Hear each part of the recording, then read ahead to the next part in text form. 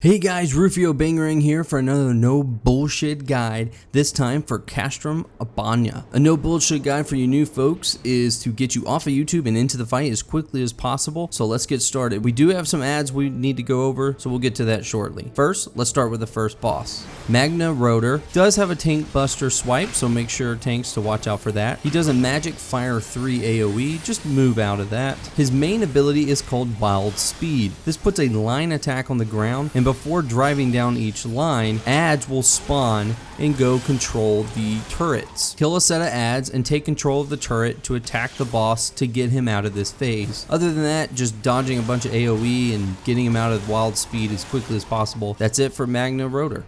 The ads that I wanted to talk about are the Magitech pods. Basically, these will all start spawning as soon as you run into the room, so just kill as many as you can to limit the ad spawn. And that's it for all the ads. Let's get on to the other bosses. The second boss in Castrum Abania is number 24. His first ability is Stab. It's a very small but still a tank buster. Gale Cut is an AoE he puts on the ground, so just move out. Throughout the fight, 3 columns will appear, and one person needs to be standing in each of these. After a short time, each circle will become an elemental circle.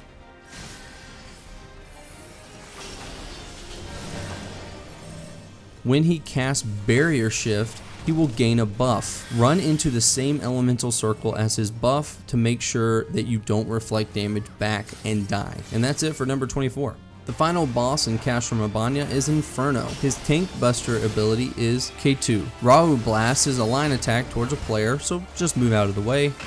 K2 and Rahu is probably his hardest ability. He'll go into the middle of the room and either do multiple things, so we'll just go over each one real quick. One of the K2 Rahus that he does, he will make a bunch of little small line attacks or do 2 AoE circles on the ground. As well as this, he'll also put an AoE on a player or do a pulsing AoE on a player. Either way, whatever player gets targeted with that, get as far away from the party members as possible and don't stand in any of the AoEs. Throughout the fight, he will go into the front of the room and get a damage increase. Tanks beware of this, as the K2 will begin to hurt more and more as he gains this damage buff. After a second or third time when he returns to get his damage buff, Magitech hands will appear. There will be 2 death claws and 1 packer. The 2 death claws will target and tether to 2 other players, and the packer will be transporting a refill. Make sure to kill the 2 death claws first that are tethering to the players, and then everybody get on the packer.